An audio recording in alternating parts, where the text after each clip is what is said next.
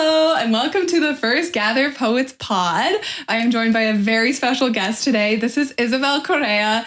Isabelle, how are you doing? How are you feeling? I'm doing great. How are you? I'm doing well. I feel so lucky that you're here today. For those of you who don't know Isabelle, she is a wonderful poet, a wonderful human being. She's also the community coordinator in my writing community Gather, and more recently, the managing editor of Gather Lit Mag. Yes. It's so new, I'm like still forgetting what the titles are, but I'm so excited that you're here today. And yeah. Just, it feels like forever ago that we started talking. I know. I think it was 2 years ago. Via Instagram DM. Yes. I think I slipped into yours. Did you? I think so. I can't remember why, but yeah, we started chatting about how much we love poetry and how much we wanted to change it, and for the better, of course. Yeah, of course. Yeah, and I think you've done that, Maria. Oh, well, I'm interviewing you today. I'm supposed to be complimenting you. I know, but I just need to fangirl for 1 second. And yeah, we were talking about this the other day. I do think that the level of poetry has gotten better on Instagram in the last 3 years. I've only been on there, I think, for 3 years. And I do think it's in big part thanks to you. Oh, I'm so flattered that you say that. I feel like I maybe had 1% to do with that, but I really agree with you. Like, I think our first conversation was, we talked about how we want to improve our poetry, like, but also via community. Because I think like that's such a beautiful way to do it. Writing alongside other people, like growing together. And I think like, what's that famous quote? If you want to go fast, go alone. If you want to go far, go together. And I feel like that's what like the Instagram poetry community like collectively is doing. Yeah. It's gotten really good. And then after we chatted, I think that's right around the time you started Gather, or maybe it was like a year later, but I joined. And then yeah. I was so excited when you joined. I was like, oh my goodness, it's Isabelle. And I learned, that was the first time I learned that you have a pen name too. Yes. I was like, that is so cool. I had no idea that you were not Isabelle. Yeah. I won't spoil that, but. Yeah. You want the secret first name, the first real name. But yeah, you can ask me about my pen name if you would like. Nobody ever does, because most people don't realize that I have it. Tell me about your pen name. Well, in one of my publications, it does say that this author uses a pen name that's in Pink magazine. So if you ever pay attention to me, that you would know that it's a pen name. But Correa is my grandfather's name. And I didn't know him. At all? Did you ever meet him? No, never. He abandoned my grandma and my mom when my mom was a baby. Oh. But I'm really into like the secret history of my family, because my family is very secretive, including my mom. Okay. So I actually happened to just find her maiden name when I was going through some documents at their house once, and was like, That's kind of cool. Yeah. And that's interesting. Yeah. So you didn't know your mother's maiden name up until this point? I knew her adopted, like from her stepdad. Right. Okay. Yeah. But not the original. Like for my, for the bank question, like, what's your mom's maiden name? I had a different one in mind. That's so But on her birth certificate is a different one. And so, yeah, I asked my grandma about it, got a little backstory about him. And I write a lot of stuff about my family. So I felt like that was an interesting connection. It really is. And I think it embodies like who you are as a writer. Like when I think of Correa and the history of the secrets and the unraveling, like that is who you are. Do you feel more like yourself when you write as Isabelle Correa versus your original name or your birth name? Yes. I did have some things published under my real name, but I've been using Isabelle for, I think, 10 years now. And my writing got way better when I started using a pen name because I felt so free. Yeah. I also work in education, so I need to hide from that. I also write, really personal stuff about myself and also my family. And so I want some privacy for them. So having that freedom once I started writing under Isabelle was just like I felt like I could write about anything. And then I did. I write about a lot of really vulnerable things. You do. You really do. And Isabelle has a book coming out. What is the exact date of the publication? April 18th. April 18th, Good Girl and Other Yearnings, coming from Right Bloody Publishing. I'm so excited for this book. I think everyone else should be just tingling with excitement because I've had the pleasure of reading an advance copy, and when I read the book, I felt like it was like a rainstorm. Like it was a storm as I was reading it. But when I finished it, it felt like the relief. Like, I don't know how to describe it, except it felt like a journey, but it was not like an easy journey while I was reading it. But at the end, it felt like it was the washing that I needed. Beautiful. Almost. It was gorgeous. It was absolutely beautiful. It's such an honor to hear other people's perception of it. It's really an honor. So yeah, thank you for seeing it that way. Thank you for reading it. And I do feel like there's this messiness to it. You know, it is about healing in a sense, but I don't think you finish it and you feel like, oh, great, happy ending. No. You know, it's not like that, but it does feel sort of like a purification. Yeah, I think that's a great word for it. Or almost like not a resolution, like you're not getting the resolution that you want. And maybe that's the question that I have for you is, how did writing the book and now it being published, maybe you won't know this until the day of publication, but what are you left with at the end of the book? Or like, is it a feeling? Is it a sense of relief? Is it a yearning? Maybe there's more yearning. That's a great question. I have been telling people that when they ask me what the book is about, that it's about my whole life, because it is, you know, it starts with a section on childhood and family, and then it ends on a more abstract section of spirituality, existential stuff. And so I feel like I'm living what I'm left with, you know. I want the next book to be all the poems about romantic relationships that I have. And so I think that's what I'm left with, like the speaker of the poem, the speaker of the poems of Good Girl moving into her romantic life and how she carries that trauma and those experiences into her relationships, which is not always fun. I think that's really interesting you say that, though, because it's like when we think of sometimes love poems, we think of like a Romeo and Juliet type of like romantic, tragic sometimes even. But I think it's cool that the first book might be the plot, and then the second book might be like the consequences of the plot. I don't know if that's the right way to think about it. I think that's a great way to think about it, yeah. And I'm sure I know from some of your love poems, those consequences are great. Like, because some of your love poems are the love poems that startle you and make your heart quiver and get you so excited about the prospect of love, especially that I know you're with your lovely Carlos. And last night we had the privilege of going out to dinner, the four of us. Yeah. And I could just tell how much you're in love. But then perhaps on the other side, there's, you know, those relationships that didn't work out, things that you had to learn along the way. Yeah. Definitely. I liked that those poems weren't in Good Girl and Other Yearnings. Like, I'm glad that you're saving those for the next collection because I think it's like the perfect segue into that.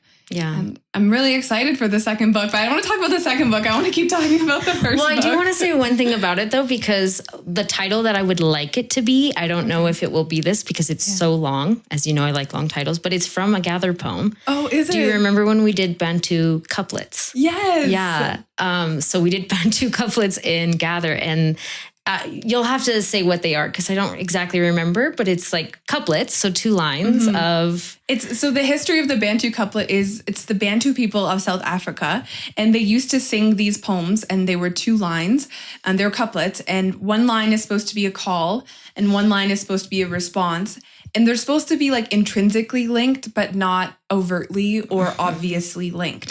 So there should be some sort of like metaphorical linking between the 2 couplets, or between the 2 lines in the couplet, but they're not like obviously connected. Yes. If I remember that correctly as well. Yes, that's perfect. And I really loved that prompt. And that poem is Portrait of a Person Who Pushes Love Away in Fear of Losing It.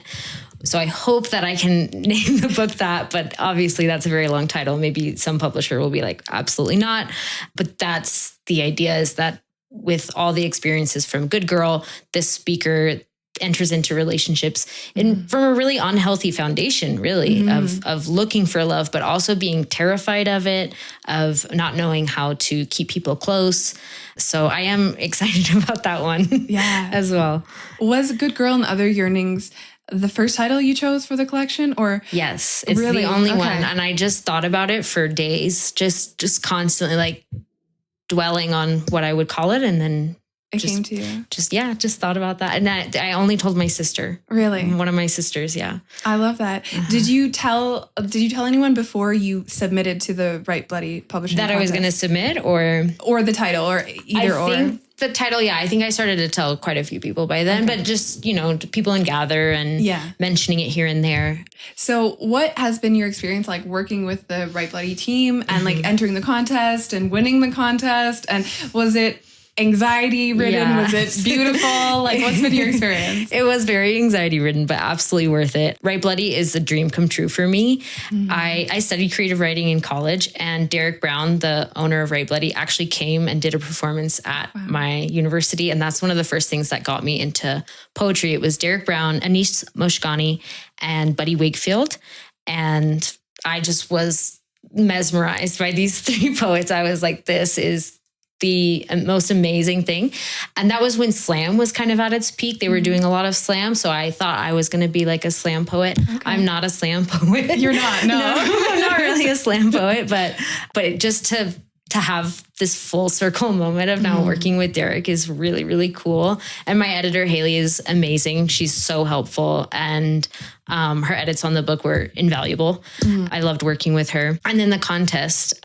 So I almost didn't submit.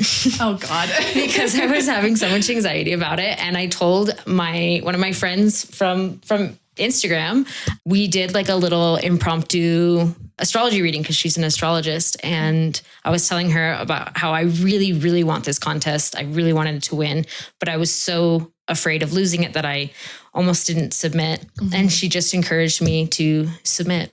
and I did. And that I think was in April, the first round of submissions.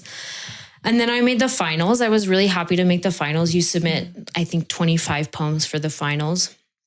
But I wasn't super hopeful. I was kind of like, maybe 50-50, really. And then when I won, I was actually in therapy. In a therapy session? In a therapy session online. Oh my God. Talking to my therapist about how much I wanted to win this contest and, talking about my fear of not winning. And I was like, I can just see my life in going in two different directions, like the one where I don't win and the one where I do win.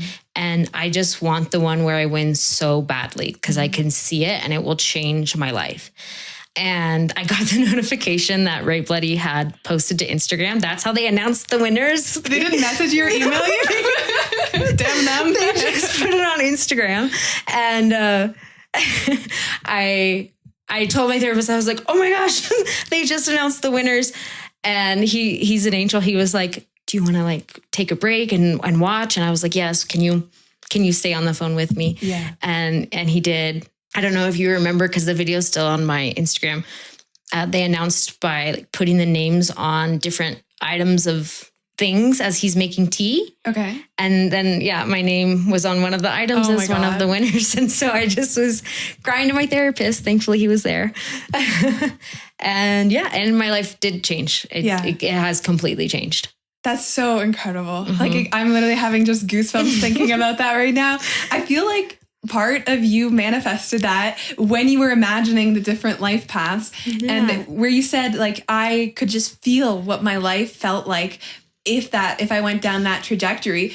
I often like do these manifestation meditations for the life that I want to live. And the thing that they always say is you need to feel before you have evidence that it's true. And so I love that you felt what that life would have felt like. And I think like that is maybe how manifestation works. I'm not an expert, but I love that. And I think so. That's like proof right there. I think so. And I saw the other life without it. And I was like, that's not a bad life. I still get to live in a great city and have a hot boyfriend. The dream. But I was like, but I don't think I would keep writing. I think I would have just lost steam by then, because if it wasn't going to be Write Bloody, I don't think, I've lost other contests for lots of other contests for books and for poems and for all kinds of things. But I just felt like if it wasn't going to be Write Bloody, I don't know who it would have been. It just felt like such a right fit because it was. Absolutely. Yeah. And following those like desires and impulses, I think is how you end up living a life where you feel in alignment. Like when you I think it was Kelly Green. Kelly is also in Gather. She's phenomenal. We interviewed her after we published her poem last Friday. Maybe it was actually this Friday. I can't remember. Time is crazy right now. But she said in her interview that the only advice she has to offer poets is to follow the impulses of your heart, the things that are already there. And so the impulse that you had was to submit to Write Bloody. And I love that you pushed past that fear. With the help of my friend. Yeah, exactly. Yes. And we need each other for that. Yes. I think like one of the best functions that a community in poetry has is to help us overcome the fear of things like submitting. Submitting is so scary. And especially the first time anyone does that, it can rock your world when you get that rejection. And I just love that in Gather, one of my favorite things is we are there for each other through those like moments, through those firsts, and really to help overcome that fear. So I'm curious what relationship you have with fear and creativity, and like how that impacts your writing, and maybe even like if it's changed over the last 3 years or so of you posting online. Yeah, that's a great question. So, I'm really into astrology. So I'm a Cancer moon. Okay. I like security. I like to feel comfy. It makes it hard to learn new things and to do new things because I'm just like, no, like that's not comfortable. I don't want to do that. And writing is not usually very comfortable, especially with the stuff that I write about. So I think Instagram was a huge step for me in that, in sharing my work, because I've been writing forever. I've been writing since I was 19, which is, a long time ago. Oh, come on. I don't want to do the 16 years. I've been writing for 16 years, and I've been publishing and, been very serious about it for sure for a long time. But I didn't start sharing on Instagram, I think, until 3 years ago. And so that got me a little bit out of my shell. I was being very vulnerable with the internet, and I got really positive responses, almost all positive until recently. Oh no. Until I had a poem go viral. And then some people have some opinions that are not positive, but overall, like a lot of really encouraging comments and messages, and people saying like, I feel seen by this. So that made me feel brave and like that it was worth it, even if it was sometimes uncomfy. Yeah. Oh, I love that. It's like what's on the other side of fear. One of my favorite quotes by, I don't know who this is by, but I've heard it so many times, and I want to say like Socrates, but that could be wrong. So if someone fact checks me, like I apologize. But the quote is, fear is a mile wide and an inch deep. And the minute you step into fear and you realize it's only an inch deep, you can go the rest of the way because you're not going to drown in it. It's really, really shallow. And it's like sometimes you need to just make that first step, and then you step a bit further and a bit further, and you keep trusting like, oh, this is not so bad. I can keep doing this, and you like build momentum. And it sounds like maybe that's what your Instagram journey was. Yeah. What other sort of maybe opportunities or great things have come from you posting on Instagram, or like what's your journey been with that? Well, sincerely meeting you and working with Gather, Gather, I joined Gather the same year that I won the contest. So that would have been like in January. Is that when January. That's when we started. And having community is so important. I think it's important for everybody, but it's really important to me. I grew up in a really close community, maybe too close. I have 12 siblings. That's a lot. I loved studying writing in college because of the workshops, because of the feedback, because of the encouragement from other people. And so once I started writing alone, like it just changed. Doesn't hit the same. Yeah, it doesn't hit the same. And so Gather is just the best thing that could have possibly happened. Yeah. My poetry hit another level just by being around other talented people. Yeah. I honestly feel the same. I feel like the writing that I think like iron sharpens iron really when it comes to writing. And you don't even necessarily need to be in a room with like famous poets at all by any means. But I think people who are earnestly writing poetry for the sheer joy of it, but also because they are obsessed with the craft and just like, they just go bananas for that, like discovering that perfect line break or the perfect sound in a poem. I feel like when you're in a room with writers who share that same energy, you propel each other forward. And it doesn't always necessarily come in a very obvious way, but you look back a year back and it's hard to believe kind of how all of the things that you've accomplished as writers together. And I don't know if it brings you joy as well, because Isabelle is a community coordinator and she does so much wonderful work in doing office hours with Gather. She shares feedback with our poets so generously and is always there. I think a lot of people look up to you.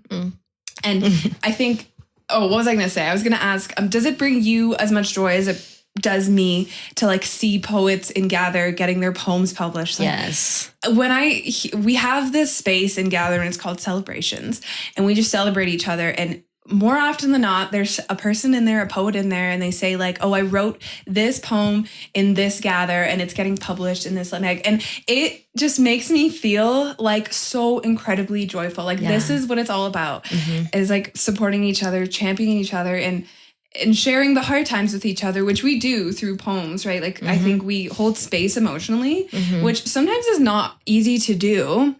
And it kind of leads me to what I was talking about this morning in office hours with Will. We were talking about how sometimes everybody wants a community, but you have to show up for one, right? And I think it's so incredible that like week after week after week, people just continue showing up. And you have to put your foot in the door. You have to put yourself out there. Like no one is holding a gun to your head asking you to share a poem. But the more we can get to the feeling of like sharing ourselves with each other, I think like that's how we as a community continue to grow. And I'm going on a tangent right now, but basically I'm just gushing. Yeah, no, I feel really proud of everyone. And there's a lot of OGs, a lot of people who've been there from the start, and to see how much they've grown. I know. It's incredible. Yeah. I sometimes Cassandra calls me Mother Poet. I think Alex does too. And I don't feel worthy of that title at all. But it does make my little heart pitter patter. Yeah. I don't have any children. I do want kids one day. I know you do too. But sometimes I'm like, ooh, I got my little poet. Yes. And I feel a bit like a mother hen. And she's a Cancer rising. I am. I learned that last night. Yes. You have like mother vibes. Do I? Yeah. That's what it means, basically. That's such a great compliment. It is. I'm gonna cry. I can't wait to write some banger motherhood poems though. Like when I read a good motherhood poem, I'm like, that is so cool. Yeah. That makes me inspired. And we have a lot of good mothers in the good mothers. They are good mothers. They're also good mother poets. Yes, we have a lot of good mother poets. Yeah. So I know you're going to LA to do a little mini book tour / you're going to AWP. Yes. What are your plans? What are you getting excited about? So I'll be doing my first readings. I'm going to San Francisco first, March 19th through the 21st, and then Portland the 21st through the 25th, and then LA for AWP 25th through 30th. Okay. So yeah, I might do a launch party there and here in Mexico City. Ooh. Yeah, the more the merrier. And I'm really excited for the launch party. Of course, I love a good party. That's about me and my book. Yeah, absolutely. And I had my books delivered to my editor in San Francisco. And so I'm excited to like do the unboxing video and actually like get to hold my book for the first time. They just got printed recently and Right Bloody posted it, and I saw the first picture of it. Oh my goodness. Are you dying to have it in your hands? I am dying. I need to see it. I need to. I think I've mentioned this a lot before in other things, like maybe even in Gather. I love to reread my poems over and over again. That sounds really vain, but it's not vain. It's just like, I think that poems are spells, and they, especially when they're rhythmic, they just feel very hypnotizing and it relaxes me. And so I want to read my book over and over again. I just want to sit there and read my own book. I love that. I think I do that too sometimes. And it might sound vain, but sometimes before I write, if I want to be inspired to write, I just read my own poetry. Yes. Hey, sometimes we write bangers. I know. Sometimes you gotta be like, that one was good. Yeah, like that was damn good. Yeah. Yeah, and that does give you the confidence too to be like, I can do this. Yeah. I will sometimes go back and read the poems that got published, and I'm like, oh yeah, no wonder. Yeah, I got it. Especially when you're feeling not so good. Yeah. You got to go back and read the bangers. Yeah, I was looking through my old work a couple weeks back, and I went through the Canva file of all the old Canva posts. I used to not write in Google Docs. I used to just raw dog it on Canva. Now my process is like Google Docs first and then Canva. Yeah. But I used to just straight up go into Canva. It just like made me feel artsy. Yeah. And I was reading, and I used to write a lot more, I would say, like it was worse poetry, but it was more surreal than it is now. Because I started writing poetry from a place of like knowing really not a lot about poetry and not even really reading a lot of poetry. I just loved what I could do with my words. I thought it was so fun. So I knew nothing about how to break a line or how to use grammar. So like from a form perspective, they were really, really awful. But I did notice that some of the imagery was so good. Yeah. And I think that's what I want to get to. Like, that's my goal for this year is I want to get back to the raw feeling of play in my poetry. But now I also have the scaffolding of actually knowing the technique and the skill of writing poetry. So I think once I can get to that place, like, then it's over for all you bitches. I'm kidding, only a little bit. But it is interesting, like, how style progresses. And how would you say your style has progressed over the years? So before I started sharing on Instagram like 3 years ago, I had written a few poems. I think I'd had some published as well. It was a little bit more kind of the opposite of what you're saying, like no play, really concerned with form because I guess I studied creative writing and I was like, this is what you're supposed to do. But that's probably why I didn't enjoy it as much. I mean, I've always to some level enjoyed poetry, but yeah, I was not doing it every day. Not even close. I wasn't even thinking about it every day. I'm trying to think of there are some poems in the book that are pretty old. The one that I read at my birthday workshop last week, my little sister plays Minecraft a week before her 17th birthday. I don't usually do a lot of narrative poems. That's a narrative poem, right? I think so, yeah. Like, there's definitely a scene to it. Like my sister is playing Minecraft. And I don't normally do that, but I think then it was, what I was reading in Lit Mags. And so I was like, well, and this is happening in my life, so I'm just going to jot this down. And it's a great poem. It's a wonderful poem. It's very powerful. Thank you. But yeah, there wasn't a lot of play with words or like, even with surreal freedom. I didn't really have that. And I never did love poems, which I started doing more once I got on Instagram because people liked them. They do. That's when I was like, oh, this is fun. And I was in love. So it was like a good reason to write those. So I think over time, I've found my own voice. I've found the things that I like to write about and learned how to have more fun. Yeah. I love that. What do you have to offer? Like maybe you have some advice or just like a line or two to poets that are like just starting to write and they're really struggling to find like, what do I write about? What is my style? What is my voice? What do you think? Like, what do you think would help that? Or maybe just like guide that process? I always say, you gotta have good taste. But I think to a certain limit, you wanna read other people and know what you like and know why it's good. Like, I love, Frank O'Hara because XYZ. Like you want to know why. Yeah. But then to a certain point, you got to stop. You got to take a little pause from reading other people so that you can sound like yourself. Yeah. And I think this sounds really basic, but like a lot of free writing at that point. So once you've established your taste, establish your voice, like what do you sound like when you think your thoughts? Damn. And get that out on the page and then start to have fun. Like play with the words, try different weird prompts. Yeah. Like that workshop we did with the NYU creative director. What was her name? Deborah Lando. Yes. Those prompts were so fun they were and amazing. So simple, but like they were just a great way, like an acrostic, to get your vocabulary like pushed to the limits. Yeah, I felt like I wrote something during that workshop that was so incredibly not me, but it felt like a version of me that I hadn't discovered yet. So that was like really exciting to me. Like, oh shit, I am a little bit more than I'm letting myself be. Yes. If I can just access it. And sometimes I feel like those prompts are like such a good way to access like weird parts of yourself, strange parts of yourself. Yeah.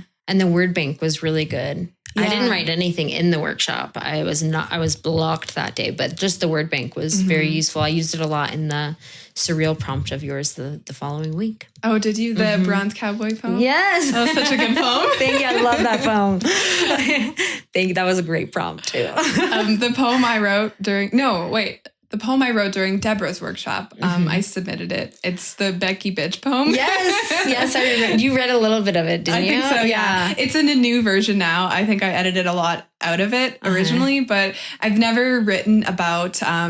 one of my favorite lines in the poem is, "No one cares about a bitch, thank God." I remember that. It just felt so good to write that.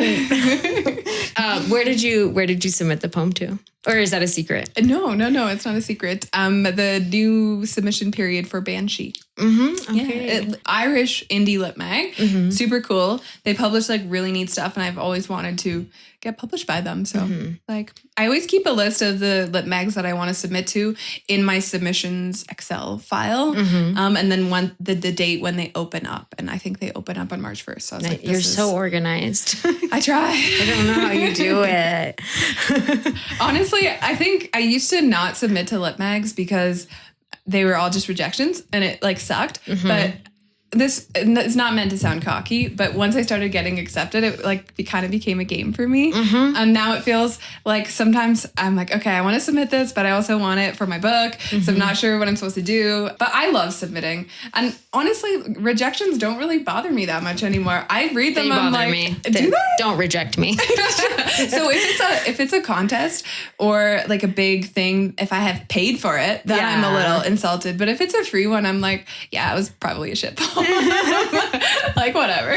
Yeah. I don't know. Maybe I'm callous to it. I don't know. It used to make me really sad, and now I just don't really care that much anymore. Before I was on Instagram, I was actually mostly writing flash fiction, and I got into a big groove of submitting flash fiction, and I got a lot published in 1 year. I think it was 2017, and I just was...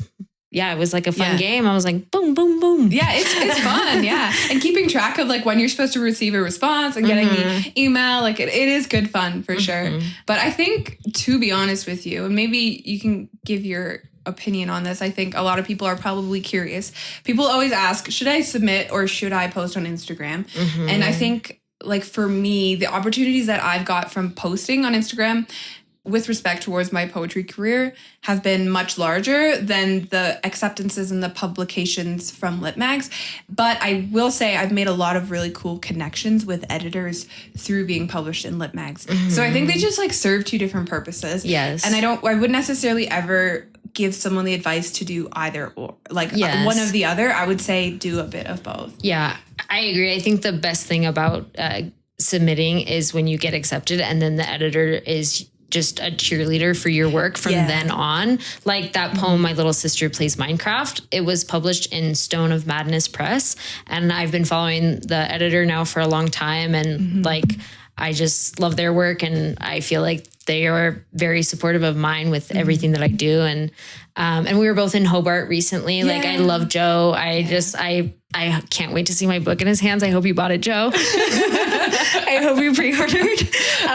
But if you didn't, there's still time. But yeah, that is such a great benefit. It's just the support of editors from then on out, really. Yeah, I actually connected with Elizabeth Ellen from Hobart, like the founder of the Meg. Yeah, she's so cool. She has a new fiction, a novel out, I think. The name is slipping my mind, but I'm really excited to read like more of her work as well. Yeah. It's super cool. But I love Hobart. Yeah, they publish really cool poems. Like when you read their stuff, it kind of makes you question the boundaries of your own work. Yeah. Like, am I putting myself in a box? Yes. Or like, I think that's the exciting part. Yeah, I was so excited to be in it. And I like the poems that they selected too. One is called Seroquel, which is an antipsychotic that I have taken. And it is a strange poem. It's a very strange poem.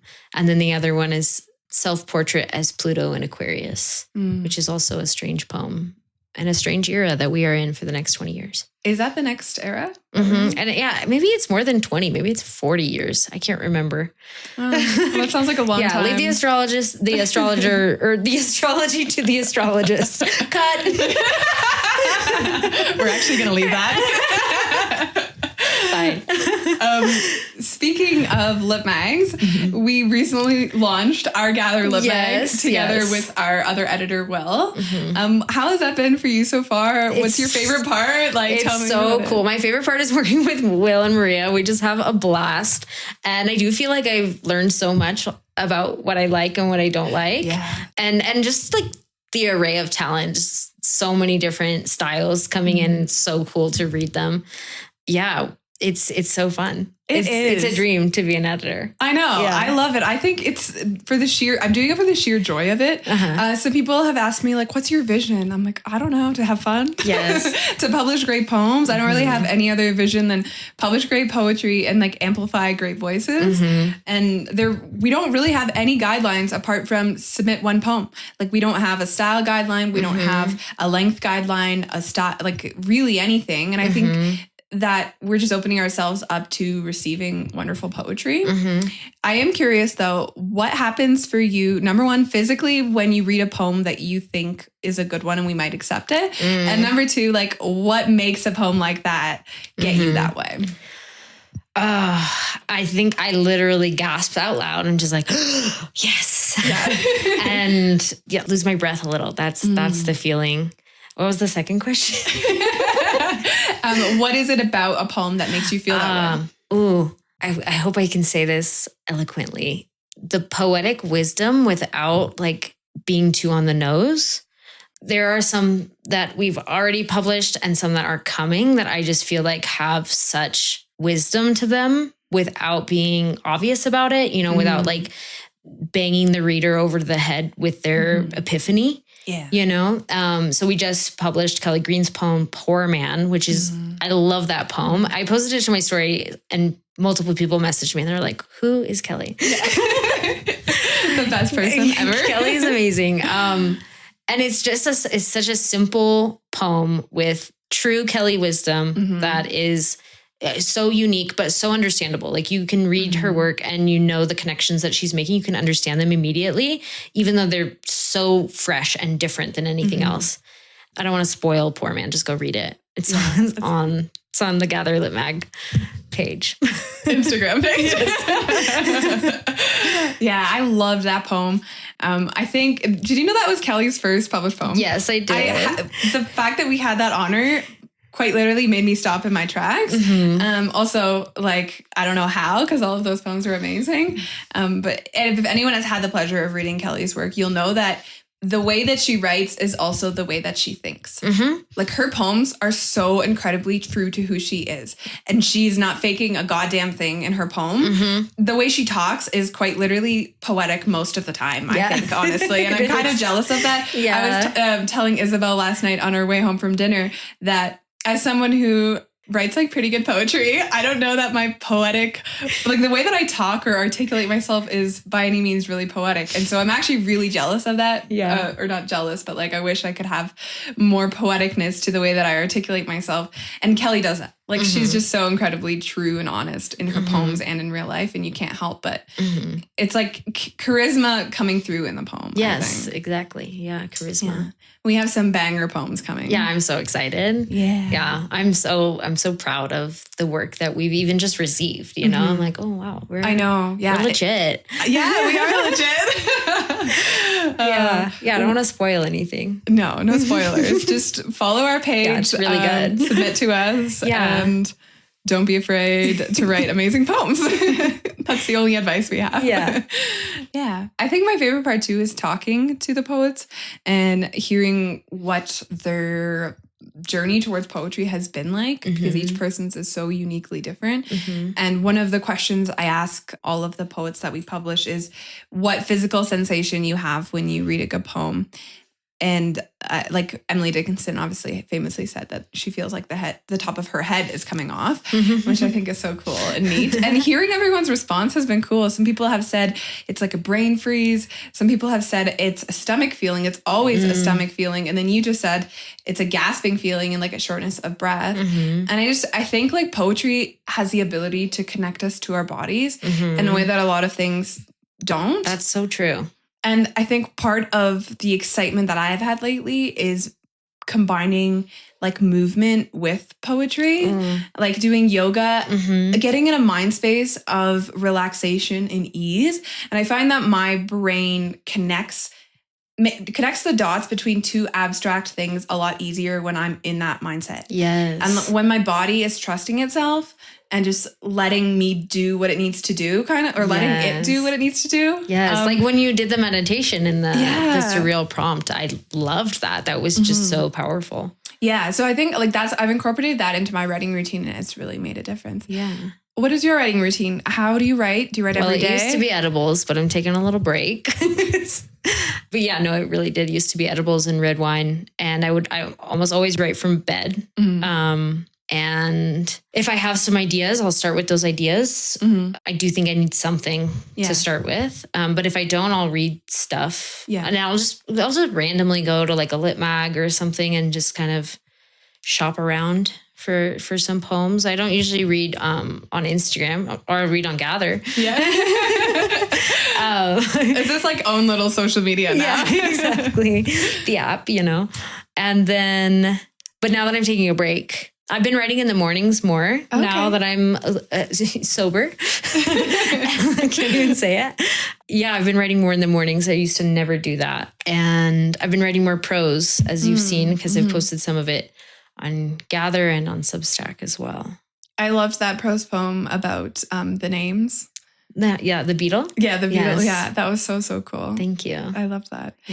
Do you find that you need to be in a certain mindset, a certain type of way before you write? Or can you just I know there's poets, I've seen them post about it. They're like, I'll just write on a receipt at the grocery store. And I don't know how that happens because that's not me at all.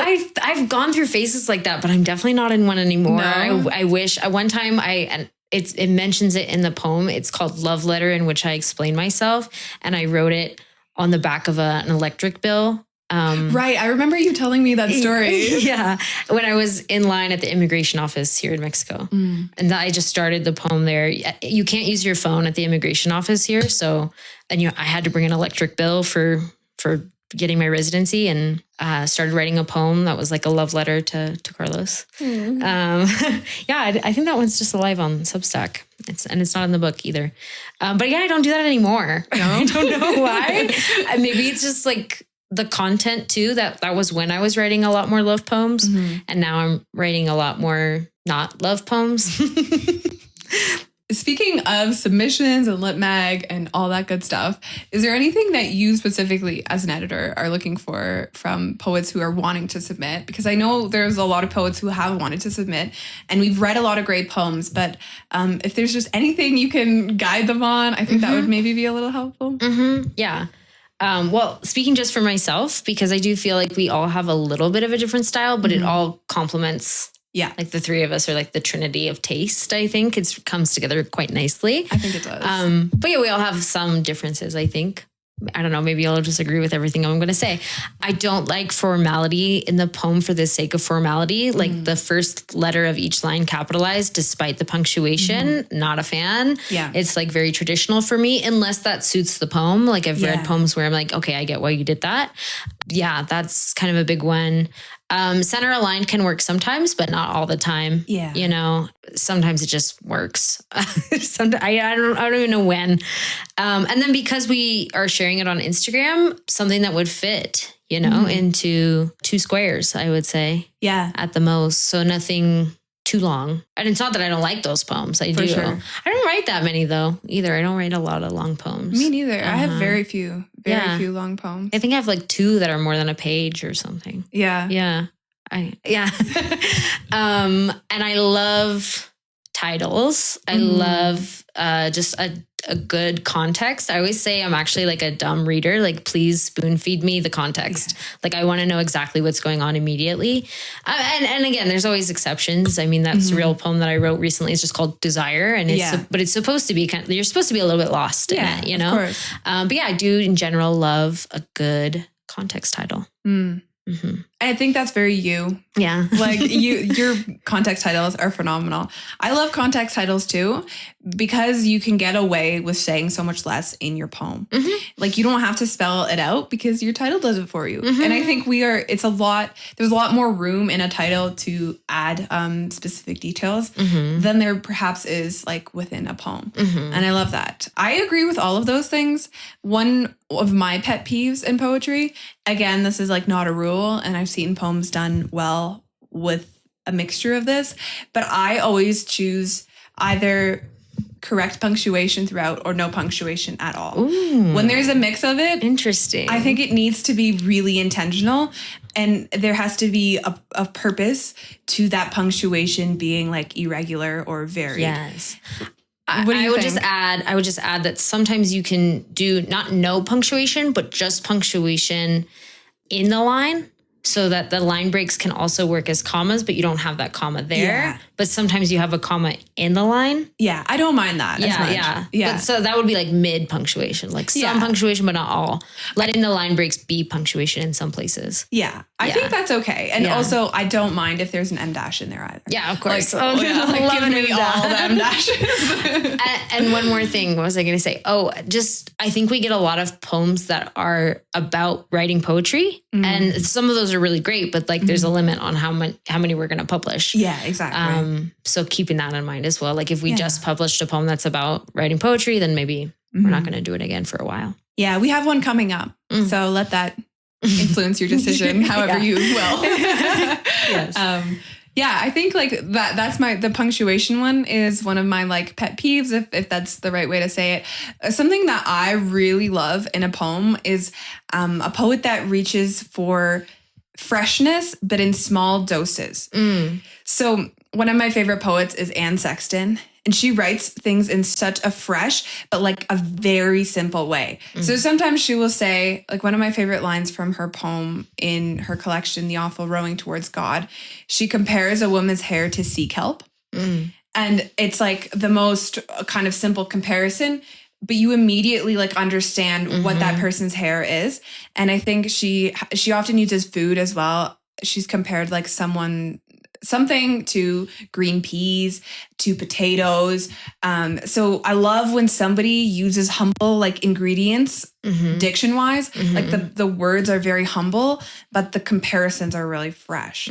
Because sometimes when I read a poem and the metaphors are so big, I feel like the poem can't contain it. And it's like, the pants are too big for the poem, if that makes sense. So I really love when there's like fresh, I hope I'm being specific enough, like someone's going to comment and not understand what I'm saying. I get it. I think it makes perfect sense. Yeah. Yeah. Just like humble. I guess like if we were to compare it to cooking, if you can elevate like mashed potatoes, that's impressive, I think, because the ingredients are not fancy or glamorous, but you put your own spin on it and you make it sound wonderful. It's kind of like that prompt that we did a couple weeks ago with the mother tongue of using the words that you're familiar with, really. And I feel like I notice that a lot in my work and in yours as well. And I think that's a good sign that we use not a lot of the same words over and over again, but you can just tell like that comes from your background, you know, and that comes from mine. Yeah. I can't think of any like phrases I love idioms and I like using idioms in my poems, just mess them up a little. Yeah. You know, yeah, I don't think I've ever used this, but I would love to. Throwing the baby out with the bathwater. Oh, yeah. That's like the best idiom ever. That's a great one. Yeah. That was one of my mom's favorites. Yeah. I have a poem that I've started writing and it's birds of a feather fuck each other. And I haven't finished it yet. It's like in my draft somewhere. But I think birds of a feather flock together. Is that an idiom or is that just a saying? No, I think it's... I don't actually know the term. What is an idiom? Yeah, what is an idiom? I feel like an idiot. Yeah, lots of things are idioms. Birds of a feather flock together. Yeah, I think that's...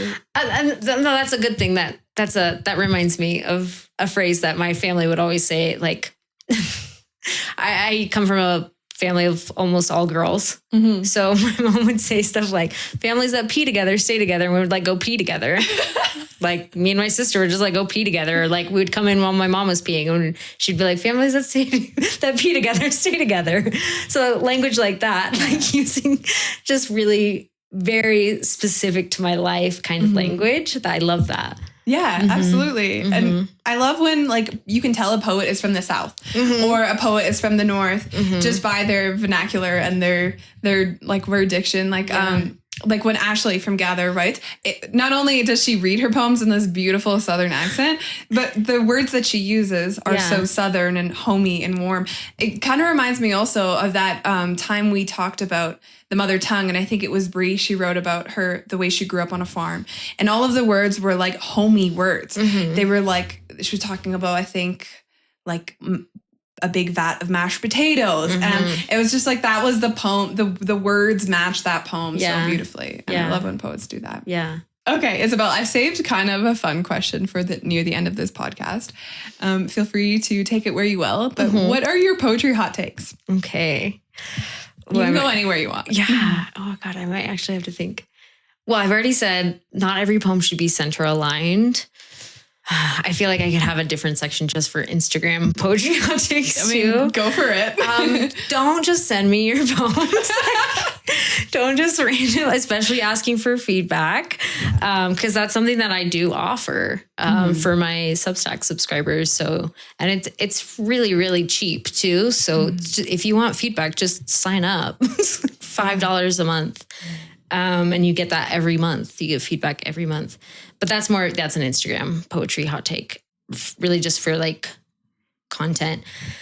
Don't center align everything, please. I need a title. I need it. Yeah. Absolutely need it. Especially if I'm on Instagram and it doesn't look like a poem, I'm not going to know it's a poem. Fun fact, that's actually why in both of my spreadsheet poems, poem is in the title. So that people know it's a poem. Yeah. And still some people didn't get it. Oh my God. The masses, you have to forgive them. I have more. More for the non-Instagram MFA world, like the lit mag world. I don't like it when people are deliberately confusing. Like there's a difference between a surreal poem that's supposed to be confusing and just like always trying to be esoteric as possible. Yeah. You know? I don't like that. Yeah. I don't enjoy that. Yeah. I have these lines in a poem. It's in the book. It's the poem called Sellout. I say, I want to make sense. I don't want to sound academic. I want the reader that wants me. I want to be accessible. I want to be understood.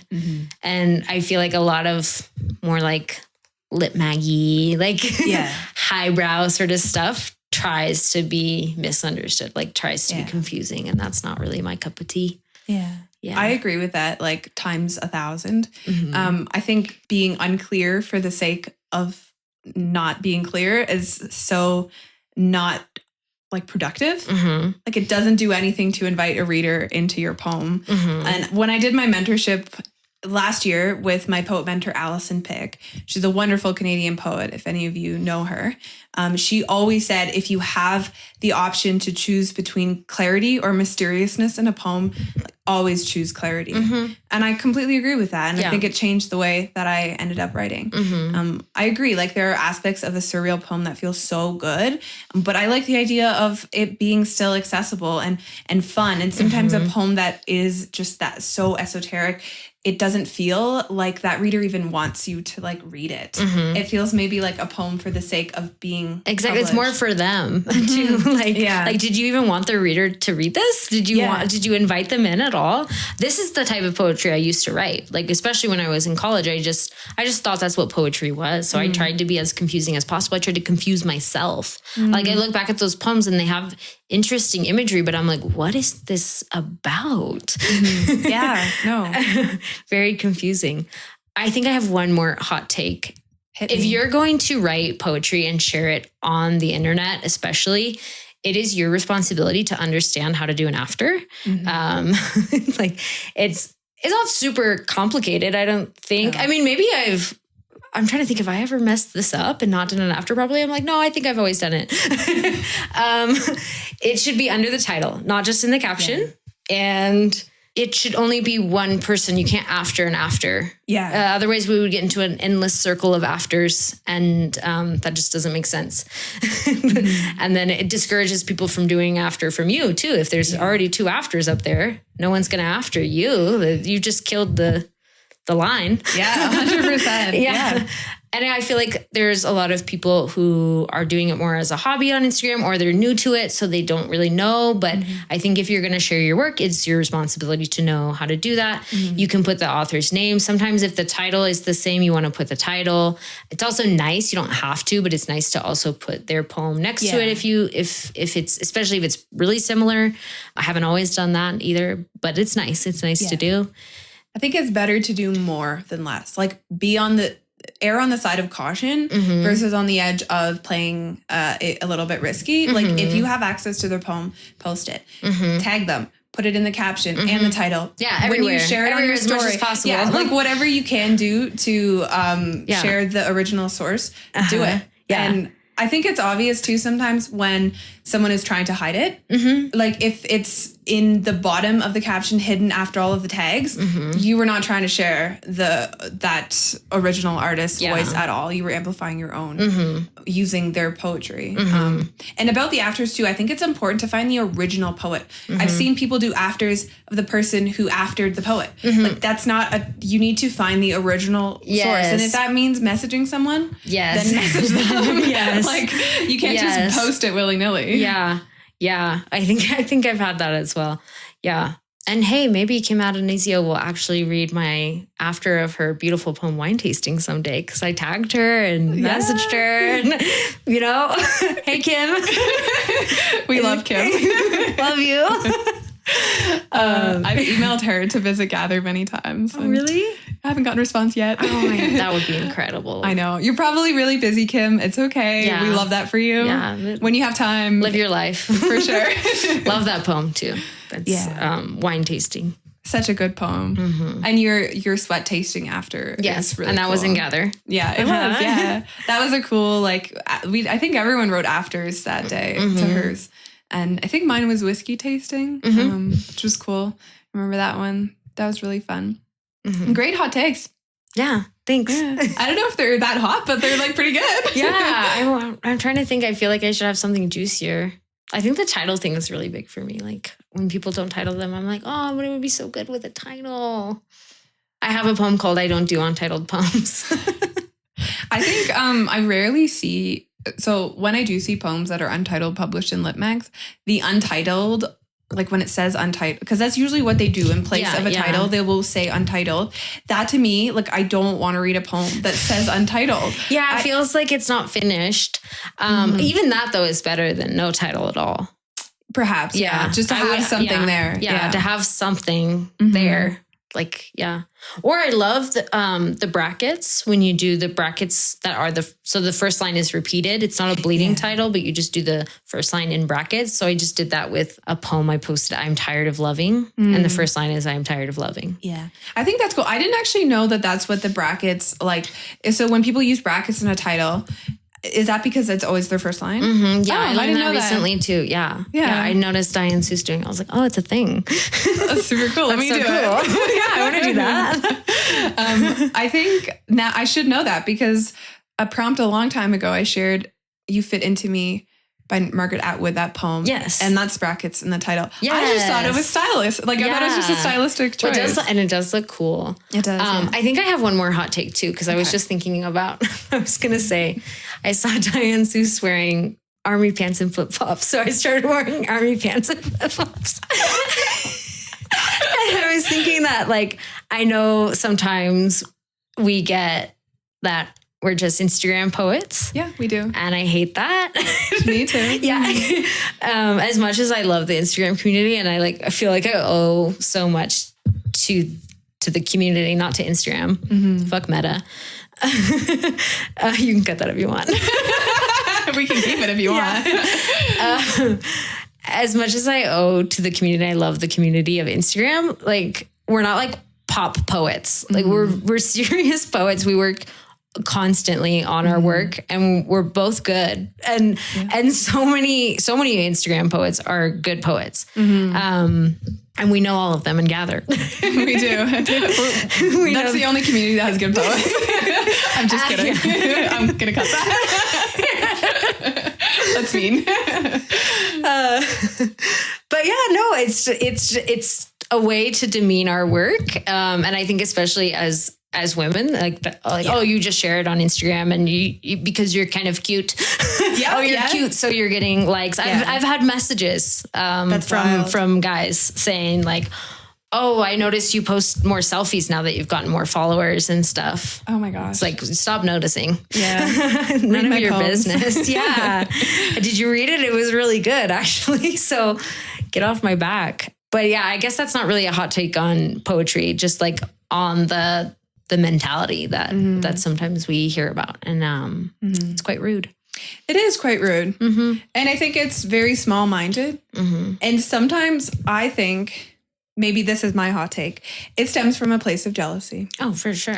Like, and I'm not even just saying that where like a mother would say like, oh, they're just jealous of you. That's why they're picking on you.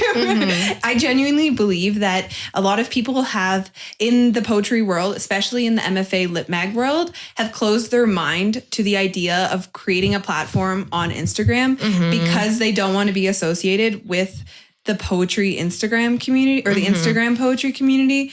But I think with that, they sacrifice the connection and the inevitable exposure that you are going to have on Instagram. So I think, to be honest, my hot take is you should eat a slice of humble pie and create an Instagram and share your work. It's a wonderful, like Instagram completely changed my life. Yeah. I started writing poetry before I posted on Instagram, but if you have followed me for the last 4 or 5 years that I've been posting, you know that my poetry at the beginning, it was like not that great, but I kept at it. I stuck to it. And just the process of continuously posting meant that I was continuously writing, which meant that I continuously was improving the writing. And I started taking workshops, and I did like a graduate writing diploma with a mentor last year. And I was hungry to improve my writing.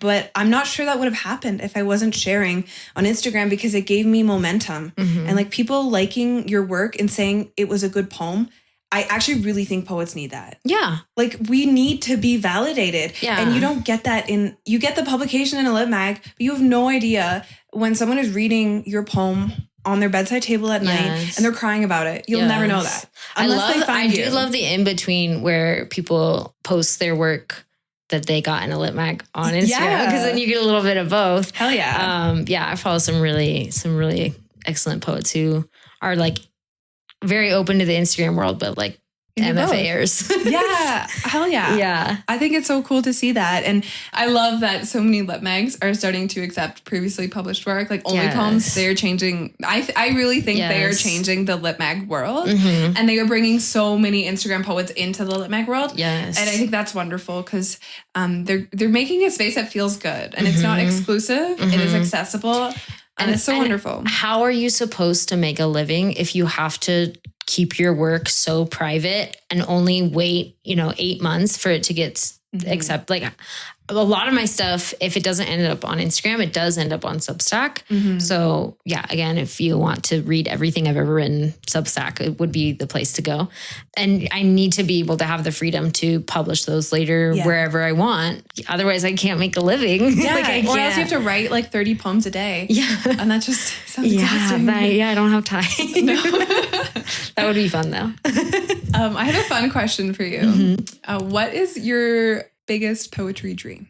Probably to write this book that I have written and that is out April 18th. I used to love Shel Silverstein when I was a kid. I had all of his books and I wrote in it my name, my real name, because I didn't have the pen name when I was, 7, that I was going to be a famous author someday. So cute. I still have it. I still have this book here in Mexico. I've been carting it around with me everywhere. And if you know me at all, I do not like to be on camera. I'm not a fame seeker at all. Like I don't actually like attention. I don't like to be in the spotlight really. So I did not mean it in the sense of like famous. Yeah, I meant it in the sense that I was astonished, even as like a little kid, that he could influence my life so much, you know, that he like entered into my home and entered into my life and entered into my internal world with these magical little rhyming poems.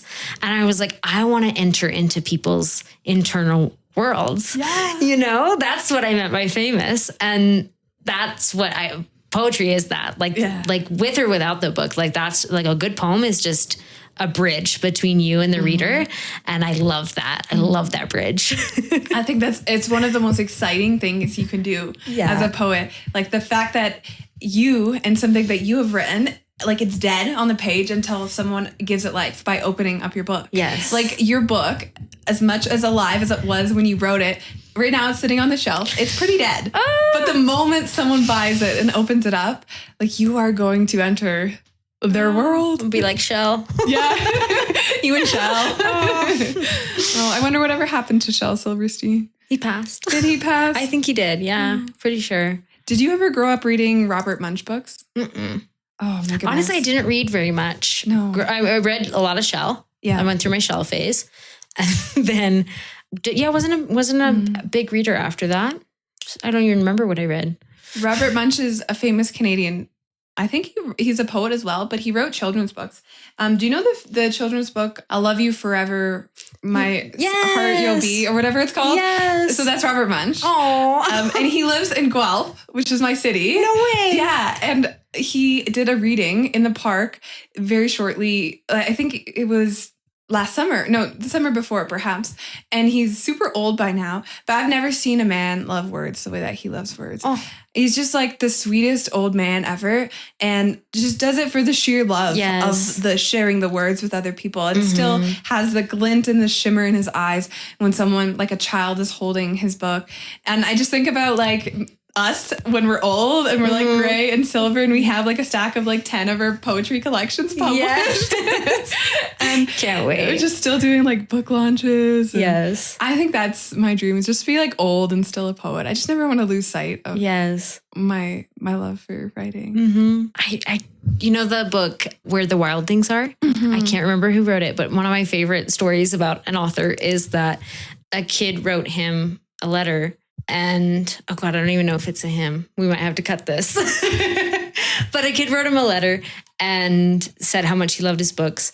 And he wrote him back. And the mom wrote the author again and said, my son was so excited to receive your letter that he ate it. And the author was like, yes, that's what I like. That's how I feel. Like, I hope you eat my poems. Yeah, absolutely. Have them for dinner. Munch them up. That's the cutest thing ever. I feel like I've heard that before. But, or someone has said something. I've maybe posted you it shared before, about it before. Yeah. Super cute though. Like the fact that a child was just so excited. Like what do? They put it in their mouth when they're so excited, right? I love this. Yeah. So cute. I'll eat your book for you if you want. I bet it'll taste. It'll taste pink. It is very pink. Yeah. If your poetry book was a dish, what would it be? I'm not really good with dishes. We did have mole last night, which was delicious. Was so and I love mole. It's like so rich and sweet and savory at the same time. So maybe mole. That sounds good. Yeah. Corey had an aguachile at lunch and it was kind of pink. So I was thinking maybe like Ooh, I don't even know what that is though. It's like a kind of like ceviche. Ooh, but I think it's like more of a soup. I don't know actually. But it had like seafood and stuff. Yeah. Something seafoody too, because I'm a Pisces. Yeah, exactly. Astrology is real. Yeah, astrology is real. I saw that thing on your Instagram. Yeah, that was so funny. I honestly cannot believe how I don't know. I don't want to cry right now, but like how easy it is to talk to you. I know. I feel like I've known you forever. I feel the same way. No, and I was telling Carla this before I came here. I was like, I could not do this with anyone else, and I'm not even nervous with Maria. I just feel like you have this very calming energy, which I knew from online, and I've always said that about you. Like you give people confidence and you share your abundance with everybody. But in person is even better. It is really good. That is so kind of you to say. Yeah. I love that you said abundant. I don't think I've always been an abundant person, but when I learned about the idea of like abundance mindset versus scarcity mindset, and especially in context of poetry, I feel like it changed everything for me. And I recently saw a quote from an author in the Paris Review, and the quote was something about the faster you figure out that you're not going to write a lot of brilliant poems, the easier it gets. And I hated it. I was like, no. I want to write so many. Yeah, like I really don't think that you can write from a place of fear and a place of scarcity. I really think the best creativity thrives in abundance and just like if you wrote another poem, one of your famous poems, which your Substack is named after, is a poem is a place. I think a poem is also a possibility. And there are just like so many endless possibilities to a poem. And maybe that for some people that feels a little bit overwhelming, but for me, that's so exhilarating. Like I can write till the day I freaking die and each poem will still be cool and each poem will still be unique. Yeah. And I'm never going to run out of shit to write about. But I didn't always feel that way. And I feel like I try to live my life like that too. Like there's so much to be had and to be shared. Like the poetry table is not small. And especially when I hear poets wanting to like offer workshops and wanting to create writing circles and wanting to create writing communities. And they're like, oh, but there's already people who do this. Like there's more than enough room for you at the table as well. And there are so many more people becoming poets every day that I think like we just make the table bigger. We don't take away those seats, or that famous quote. That's not my own quote. FYI, I'm not plagiarizing. So-and-so. Yeah. I'll put my little after in the video there. But like and the possibilities are so vast to earn like money through it as well. And that's something that I'm passionate about, like artists being paid properly and getting paid properly for their work. I know you really believe in that too. And which is why when someone comments or DMs you and asks for free advice, it's insulting. And I think it should be. Like, yeah. And it's work. It's work that I want to do. It's work that you want to do, but it is work. Absolutely. And it's work. It's the work of our lives, but like we still have to eat. Yes, absolutely. And I don't think the mindset of I will always be a broke artist is an abundant mindset. Like I know that Amy McNee on Instagram, her @ is Inspired to Write. She does a lot of work with creatives around like unblocking the blocks that are in our life that are preventing us from living our best lives. And one of her latest Substacks, she talked about how she finally admitted to herself many years ago that she didn't want to work a full-time job, that she wanted to write full-time. She wanted to quit her 9 to 5. And she said it was the scariest thing ever because we, I think, are conditioned to think that if we don't want to work, that makes us lazy. Or if we want to write for 2 hours a day and then nap, like that's not a real job. But she just gave so many people in the comments permission to like own your truth about not wanting to slave away your time during the day and wanting to lean into the work that you want to do and just giving artists like permission to admit that I think is really important. And just say like, this is what I want to do. And I think part of what I feel called to share about is that it's possible. And sometimes I know that's like such a touchy subject because it can feel really impossible for a lot of people. And at times it has felt really, really impossible for me. But I don't think that it's useful to dwell on the impossibility of it. It's more useful to focus on the possibility. And one of my favorite quotes, again, I don't know by who. I'm so sorry. I'm the worst with this. It's really small, but it's if them, why not me? And I've literally said this to myself in the mirror so many times. And I think about my favorite artists, my favorite creators and what they're doing and the creators that I want to live the life that they're living. And I've asked myself, if them, why not me? And it's not from a cocky perspective. If there's legitimately something that they are doing that you're not, then you address that. Then do it, right? But also that there's not a whole lot separating you from them. Yeah. Like there's a lot less than you actually think there is. Like I don't think that what I'm doing necessarily is very special in the sense of I'm the only person who could do it. Yeah. Like, I think a lot of people could. And sometimes I think it's like the fear is the block that gets in the way. And I don't know, it's a touchy subject, obviously, but like, I really want to inspire creatives. You do. To reach for that. You do. I do suffer a lot from imposter syndrome, but not so much as a writer, just as a person. I say this a lot. I shouldn't be here. Like, I should be in my hometown, married with a couple kids. I should probably be teaching high school English, which is, there's nothing wrong with that. Yeah, of but, course. you know, I didn't read a lot because I didn't come from a house where that was common. I mean, like, it wasn't like forbidden, of course, but, you know, my mom uses intellectual like a dirty word. And definitely not a family of artists.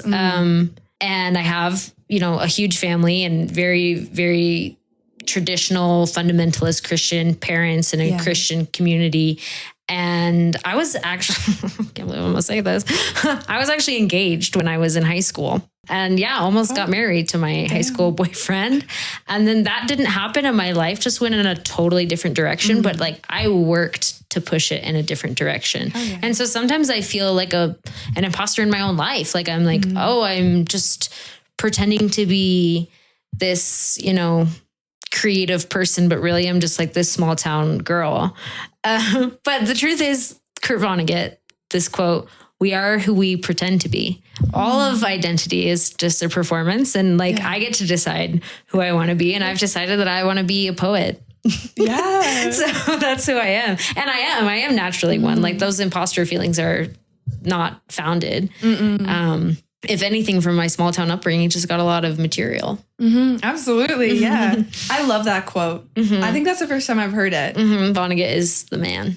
Yeah. And you just kind of get to decide like what you want to do. And you've done that. Like, I know you lived in Vietnam for how many years was that? 6 years. And now you're in Mexico City. Now we're in Mexico City, which is really lovely, by the way. It's beautiful. Don't come here though. Save it Keep for it us. a secret. I think you're a very gutsy poet. We often say, I think, and gather that it's a community for bold and gutsy poets. And I really mean that. You embody what I think it means to take creative risk. Thank you. And it's really cool to see. And I think people are drawn to that, and it's inspiring. I'm inspired by your poetry all the time. And you can ask Corey. Like, I often talk about you and I'm like, Isabelle just wrote another poem that I wish I wrote. Oh, thank you so much. I feel the same way. I feel so lucky. And I hope that the book feels gutsy. I hope it makes people feel really brave. I think it has already, for so many people who have had the opportunity to read an advanced review. And maybe do you want to just tell everyone where you can pre-order it, depending on where they live? Yeah. So if you're in the States, Write Bloody would be the best place. So pre-order it from them directly. That would be great. That's in my link tree on Instagram. It's going to get added to my website too very soon. And then for other locations, it's all over now. So you can pre-order it by just Googling the most convenient location near you. And it really is pretty much everywhere but Mexico, I think. Really? Yeah, I can't remember. There was a reason, like, it's just difficult with printing or something. But we're talking about pre-orders. Pre-orders are really important for the success of the book. And I know a lot of people just think like, oh, I'll just order it when it comes out. It is a gift to me if you pre-order it instead of ordering it. It makes a huge difference in the success of the book. It's like how the marketing gods decide whether or not they're going to stock it. So, and push it. So please pre-order. Don't wait for April 18th. Yeah. Hell yeah. And plus, it's really exciting to know you have something coming.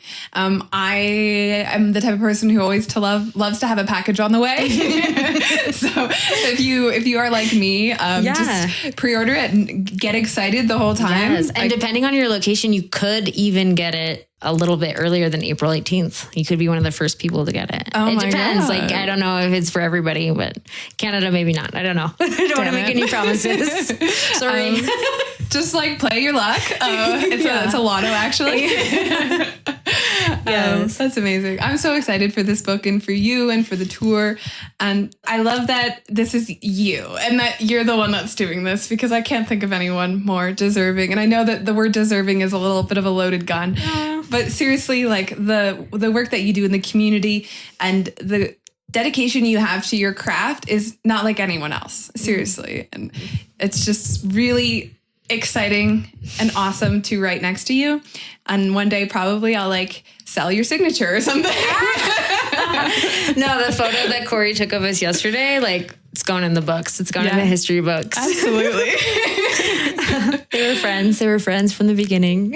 Absolutely. The only thing that needs to happen now is I'm going to fly in every Saturday and we're just going to do an episode every Saturday. Yes. And we'll have like people to come and chat with us, do a little three-way. It's only like a 6-hour flight, right? From Canada? 7? I don't know. I think it's pretty close. I'll get a private jet. Yes. We'll sell enough books, right? Yeah. I think that would be really fun. Yeah. So let's go party. Let's go party. Tonight is Isabelle's birthday party. Yes. And we have another fellow poet, Carlos, who we're publishing in a few weeks, I believe, April. One of his poems is being published, so stay tuned for that poem. And he's going to be at the party tonight. It's going to be a poet's party. A poet's party. For once in my life, I'm going to be surrounded by poets. I'm so excited. We're just going to geek out all night. Yes, we're going to force everyone. Actually, me and Carlos just bought, it's like Cards Against Humanity, but in Spanish. And we were thinking, like, if you and Carlos just want to be on a team, you and Carlos and Corey, and then, me and my Carlos will figure it out as well. I'm sure Carlos speaks Spanish, I imagine. Of course. Yeah. He lives there. Okay. I assume. He does write in English, though. He does, yeah. I wonder if he also writes in Spanish. I wonder, too. We should ask him. We should. That's a question for Next tonight. Podcast, guys. Yes. Maybe we'll come back at midnight drunk. Not you, me. And Carlos, he might be tipsy as well. We'll record another one. Yeah, that would be so funny. I bet he would be great on a podcast too. I feel like he has a very, I don't know, like he just has this big, beautiful view of poetry. He does. Yeah. It's a very abundant view, one might say. Yes. Yeah. A poem is a possibility. I kind of like that for you a little bit. Maybe like something in the future. You can use it. I don't want to plagiarize you. After Isabelle Correa. We're so funny. We're hilarious. I hope these laughs in the podcast aren't going to hurt all of your ears. Anywho, it's been a lot of fun. Thank you so much for joining me, Isabelle. Thank you for having me. This feels so natural and so right. I know. It doesn't we should do it every Saturday. We should. It doesn't feel like the first one. Yeah. I'll come to Canada. You should. We'll just alternate. Yeah. Perfect. Makes perfect sense. Again, everyone, please pre-order Good Girl and Other Yearnings. Why did I stumble over that? It's kind of a tongue twister. At either writebloodypublishing.com, I think is the website. Yeah, I think so. Or just Google it. And do it before April 18th. Even if it's the day before, still pre-order it. Yeah. It's the rule, it's the law. If you would like to get published in our Gather Lit mag, you can submit a poem. The submission guidelines are on our website, gatherpoets.com. Our next round of Gather opens up in just a few weeks, so get on the wait list. That's the only way to join. You'll get an email directly sent to your inbox that is an invitation to register. Come hang out with Isabelle and I in Gather. Yes. What would you say to people who are wanting to join that are on the fence? It's going to be the best decision of your life. You get to be surrounded by talented, encouraging people, and it's so fun. Wonderful. Enjoy the rest of your evening, folks, and stay tuned for our next Gather podcast. Ta-ta! Cheers! Cheers! Cheers to likes.